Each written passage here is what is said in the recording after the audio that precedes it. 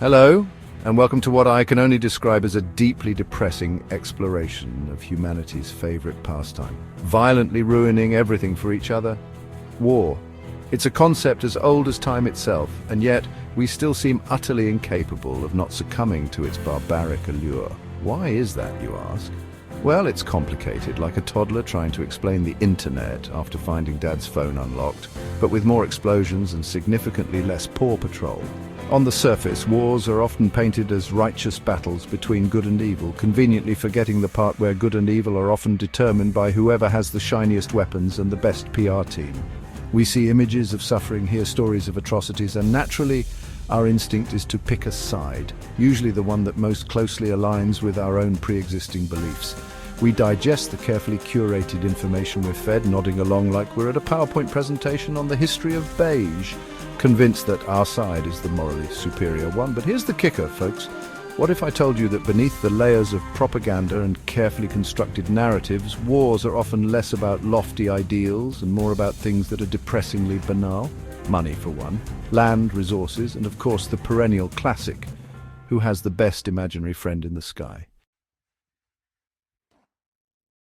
So let's rip off the band-aid, shall we? As we speak, there are numerous ongoing armed conflicts happening across the globe. I know. You probably thought we'd moved past this whole solving disagreements with violence thing, but apparently we're not quite as evolved as that multi-pack of organic kale chips made you feel.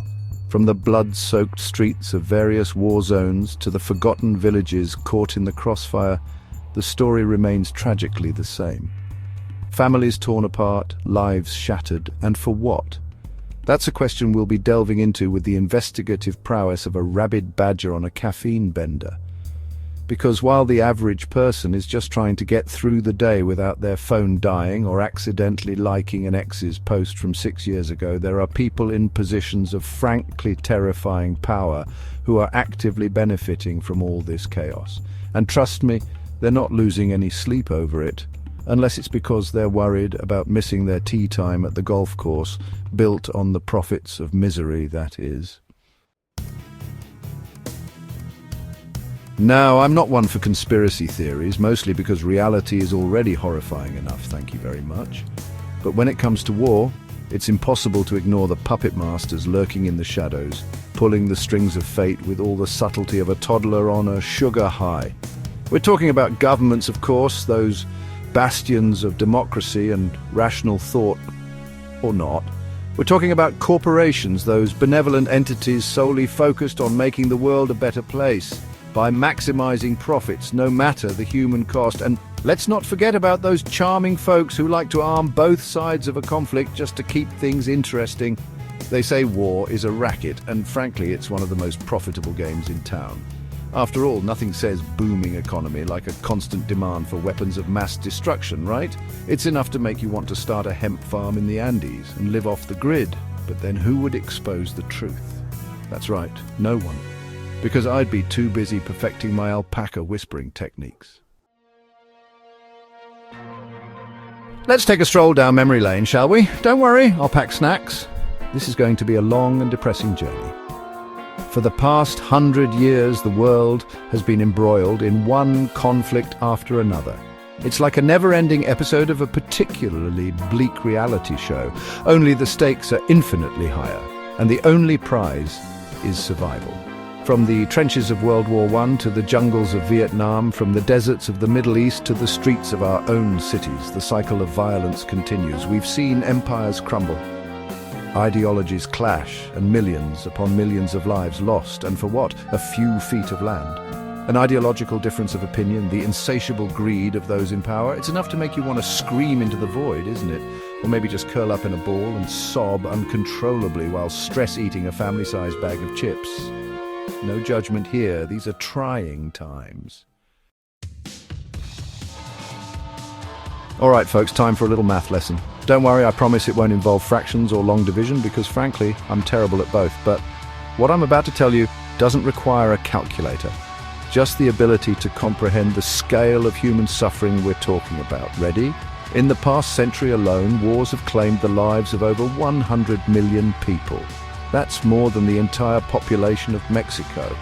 wiped off the face of the earth, and that's just the tip of the iceberg.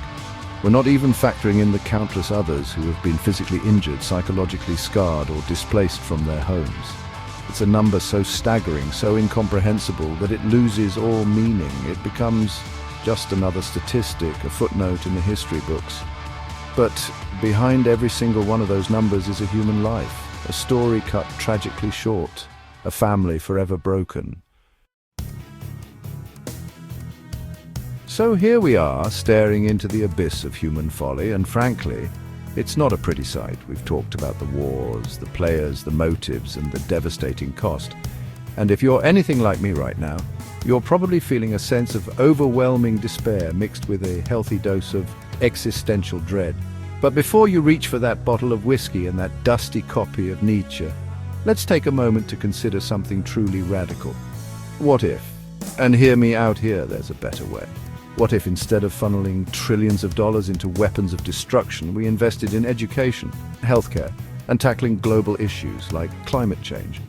What if instead of viewing each other through the lens of suspicion and fear, we embraced our shared humanity and worked together to create a world where war is not the answer, but a relic of a barbaric past? It sounds naive, I know. But in a world where we're constantly bombarded with negativity, sometimes a little naive hope is the only thing that keeps us going. There's a quote attributed to Socrates, the OG of philosophical pondering. "The only thing I know is that I know nothing."